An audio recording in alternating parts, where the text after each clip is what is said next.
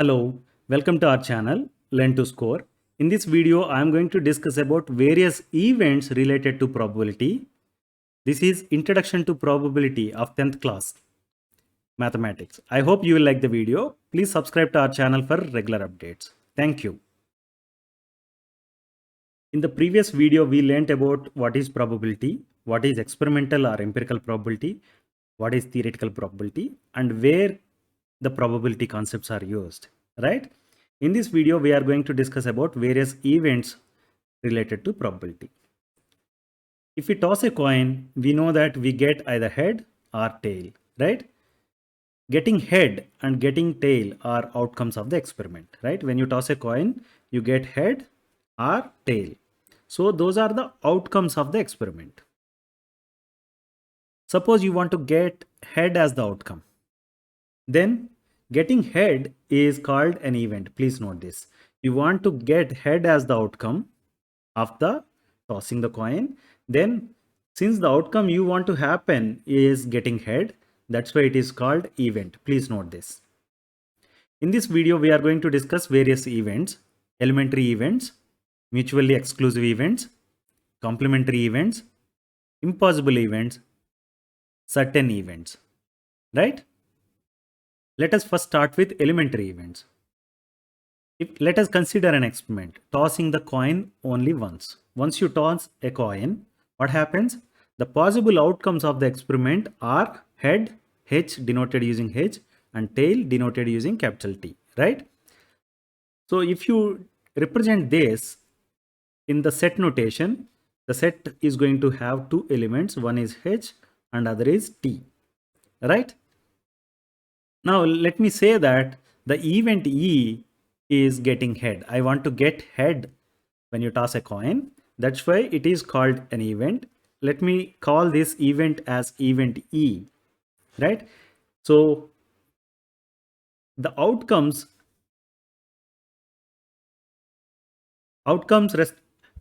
causing event E, when you represent in the set form, you will see only one element, that is H in the set, right? You may recall that this particular set is called sample space and this particular set is called event space, right?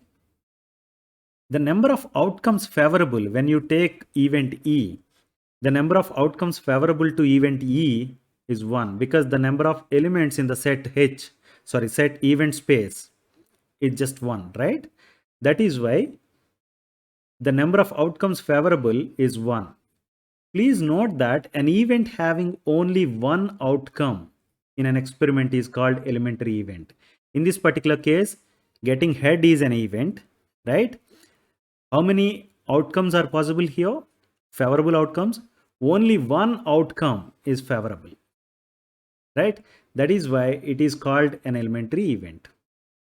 Event E has only one outcome, right? That is getting head. That is getting this particular H, right? That's why you say that getting head when you toss a coin is an elementary event. Please note this.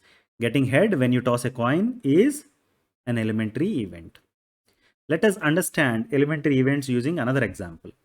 A bag contains 3 identical balls except the color. Now balls are all identical: shape, size, surface texture, everything is identical. Meaning just by looking, touching, you only color is different. It means just by looking at them you can differentiate. Otherwise, just by touching or something, weighing or taking the measurement, you are not going to differentiate them, right? Because by looking at them you can differentiate because their colors are different: red, blue and yellow. Okay, now the experiment is selecting a ball randomly. When I say selecting a ball randomly, probability of picking every ball, meaning red color ball, is equal to probability of picking the blue color ball, and that is equal to probability of picking the yellow color ball. The selection, there is no bias in the selection. It means what you will be doing when you conduct this experiment, you will be closing your eyes and picking one of the balls, right? When you select this ball randomly, what are the possible outcomes? you can pick a red color ball, or you can pick a blue color ball, or you can pick yellow color ball, right? It means when you look at the all possible outcomes, you have three all possible outcomes, right? What are those? You can write that in set notation: red color ball, blue color ball, and yellow color ball. You have three possible outcomes, all possible outcomes, right? Now let me say that picking the red color ball is the event. I'm denoting that as event R, that is picking the red color ball, right? What are the favorable outcomes here? Only picking, when you pick red color ball, that time only this particular event happens, right? So the number of outcomes favorable for this particular event to happen is just one, right? Other two, when you pick other two color balls, this particular event is not going to happen, right? Other events are happening.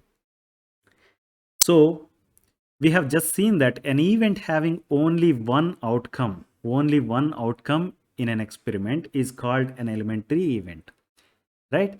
Based on that, since only one possibility is here, right? One favorable outcome is possible here.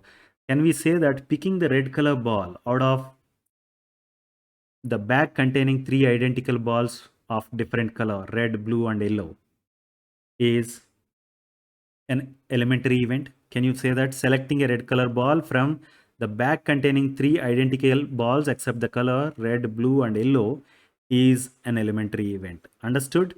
What does it mean by elementary event? Now let us see another example where you can see what is not an elementary event, so that you will understand what does it mean by elementary event properly. Let us consider an experiment: throw of a dice. When you throw a dice, what happens? You will be getting either 1, 2, 3, 4, 5, or 6, right? So when you look at the sample space, it will have elements like 1, 2, 3, 4, 5, 6. How many possible outcomes are there? All possible outcomes are 6, right? Now let me consider an event E that is getting a number greater than 4. If I get a number greater than 4, the event happens. What are the favorable outcomes here? The event space will have 5 and 6, meaning when 5 when you throw a dice, if 5 happens, then the event occurred, or when 6 happens, that time also event occurs, right? That's why the event space has got two elements, 5 and 6. So favorable outcomes here, number of outcomes favorable for this particular event is 2. We have seen what does it mean by elementary event? An event having only one outcome in an experiment is called elementary event. Here, what are the two outcomes favorable? Number 5 and number 6. When you get number 5, this particular event happens.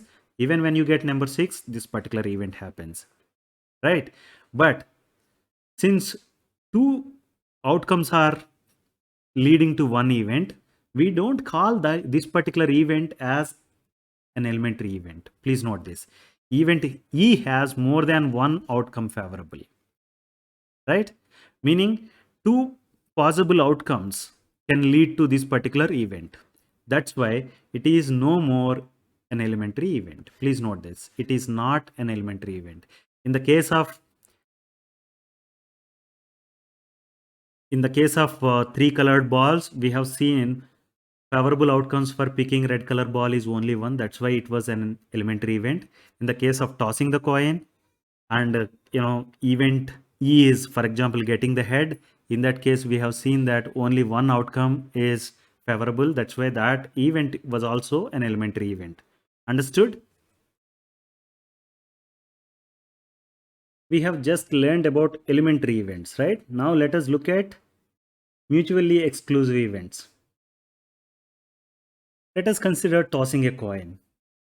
We get a head or a tail, but not both, right? When you toss a coin, you will be getting head or tail, but not both, right? Let us select a student from a high school. You go to high school and select one person who is playing in the high school ground. Okay. When you select a student and ask him what is his class, okay, he will be from one of these classes, right? Either he'll be from 6th class, 7th class, 8th class, 9th class, or 10th class. When you say high school will be having classes from 6th to 10th, right? So the student is going to belong to one of the classes, not from two or more number of classes. If you ask a student which class are you in, he may say I'm in 6th or 7th or 8th or something like that, right? But he'll not say that I am in 6th and 7th, right? Let us select a ball from collection of black and red color balls. You have a collection of balls. Okay, some of the balls are black in color and some of the balls are red in color. Okay, so you want to select a ball from that collection of black and red color balls. Then when you pick, the ball can be either black in color or red in color, but not in both the colors, right? It will be in either red color or black in color.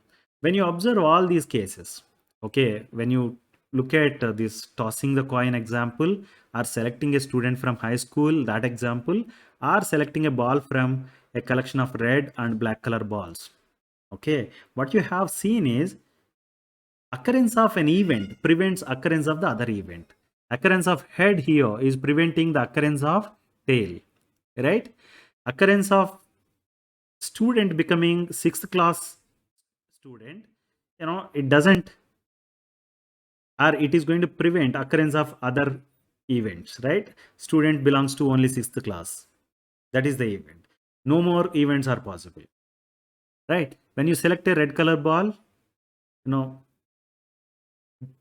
event of becoming or event of picking black color ball is prevented, right? So it says that occurrence of an event prevents occurrence of the other event in all these cases, right? If occurrence of an event prevents occurrence of other events, then these events are called mutually exclusive events. Please note this, mutually exclusive events. If someone is here, for example, his enemy is not there. For example, two persons are there. One is enemy to the other guy. If A is there, his enemy B is not there in the location. If B is there, A will not be there. If you have such kind of scenario, then those are called mutually exclusive, right? So in this case, if you get head, tail is not going to be a possibility. That's why those are mutually exclusive events, right? If a person from 6th class is picked, that guy will not be part of any other classes in the high school, right? If you pick a red color ball, that ball cannot be a black color ball anymore, right? So this is what, if occurrence of an event prevents occurrence of other events, then the events are called mutually exclusive events. Understood? Two elementary events of an experiment are mutually exclusive. Please note this. You have seen an example of tossing the coin. Now, getting head is an elementary event, we said, right? When you toss a coin, you get head, right? That is an elementary event because only one outcome is favorable, right? Getting tail is also an elementary event because only one outcome, tail, is favorable there, right? So these two elementary events of that particular experiment are mutually exclusive. You have seen this, right? When you get head, you don't get tail. When you get tail, you don't get head. That's why they are mutually exclusive events. And you have seen that those two, getting head and getting tail, when you toss a coin, are two elementary events, right? Those are mutually exclusive. Understood? The next one is complementary events. Let us consider the same experiment, tossing the coin once. When you toss a coin, you get either head or tail, right? Probability of getting head, that is denoted using P of H, when you toss a coin is half. This is what we have learned in the previous video on theoretical probability, right? P of H equal to half, and P of T, that is probability of getting tail, is also equal to half, right? I can write this as P of H plus P of T equal to 1, right? Probability of getting head plus probability of getting tail equal to 1, right?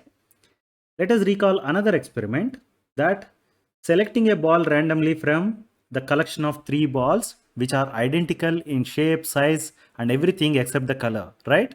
That was 3 balls, one is in red, other is in blue and other one is in yellow color, right? So we have seen that probability of selecting a red color ball is 1 by 3 because number of favorable outcomes when you want to select a red color ball, favorable outcomes is only 1 and all possible outcomes is 3. That's why probability of getting red color ball P of R equal to 1 by 3.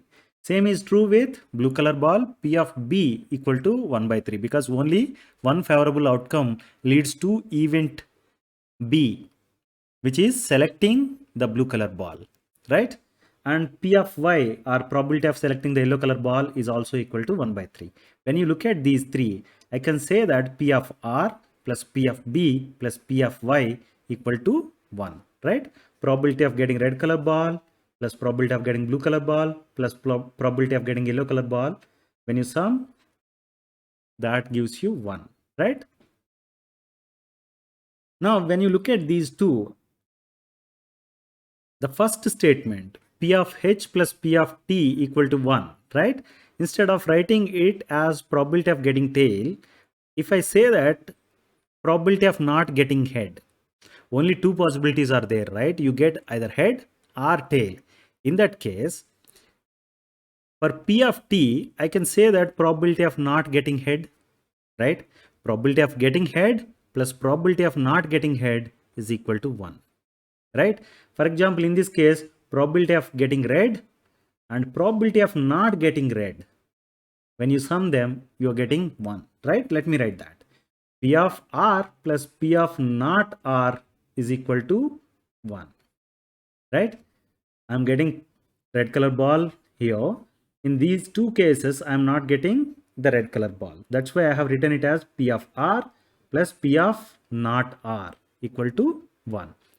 Now, when you look at these two, P of H plus P of not H equal to 1 and P of R plus P of not R equal to 1, you can say that probability of occurrence of an event E plus probability of not occurrence of an event E is equal to 1, right? Probability of occurrence of event E plus probability of not occurrence of event E is equal to 1. I can write it as P of E plus P of not E equal to 1, right? The mathematical representation of this particular statement is P of E plus P of not E equal to 1. We can use E bar to represent not E. When you do that, you write it as P of E plus P of not E equal to 1. This E with over bar is read as not E. Please note this. Not E and E with over bar are same, right? P of E plus P of not E equal to 1. Event E and event not E are called complementary events. When sum of the probability of two events, probability of event E plus probability of not E is equal to 1, right? In that case, you say that event E and event not E are called complementary events.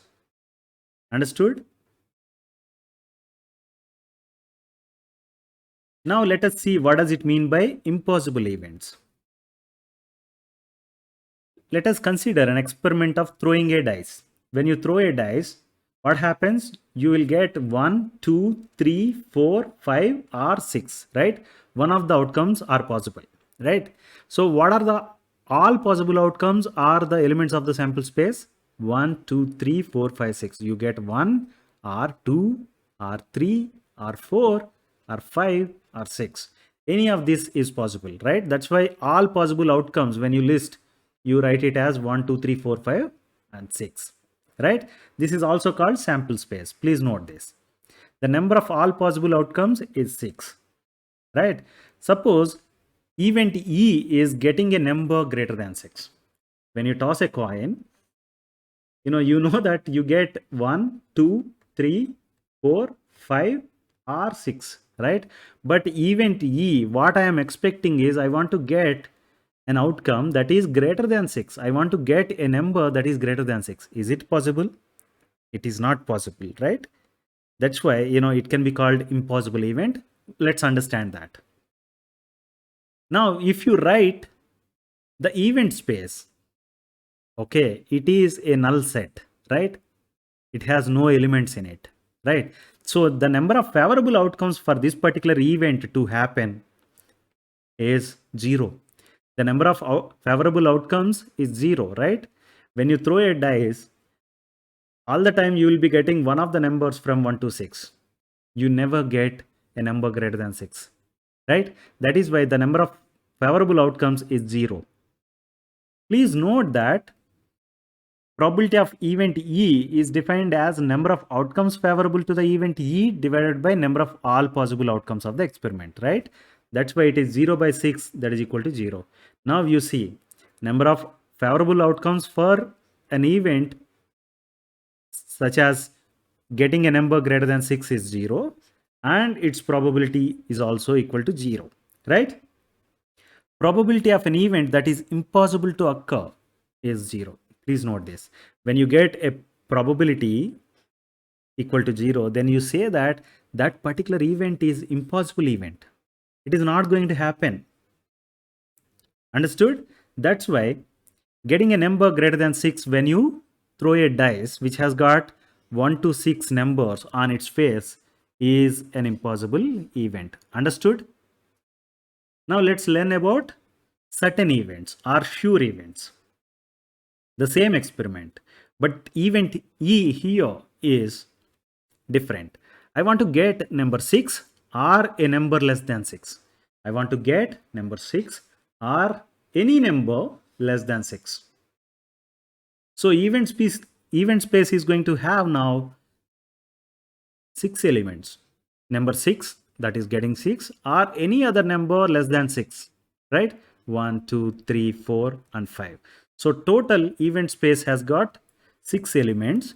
It means the favorable outcomes for this particular event to happen, either it is about getting 6 or a number less than 6, right? Number of favorable outcomes is 6.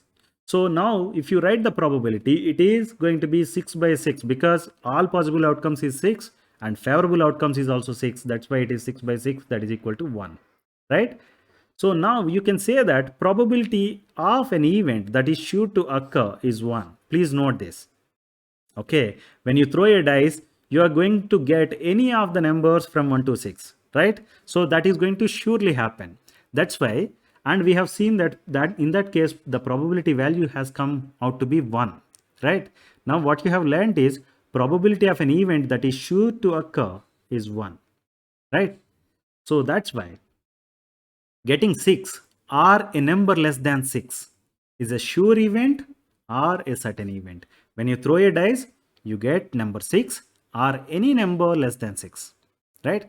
That is why the event is sure event or a certain event. Please understand this. I hope you like the video. Please like, share and subscribe to our channel Learn to Score. Thank you.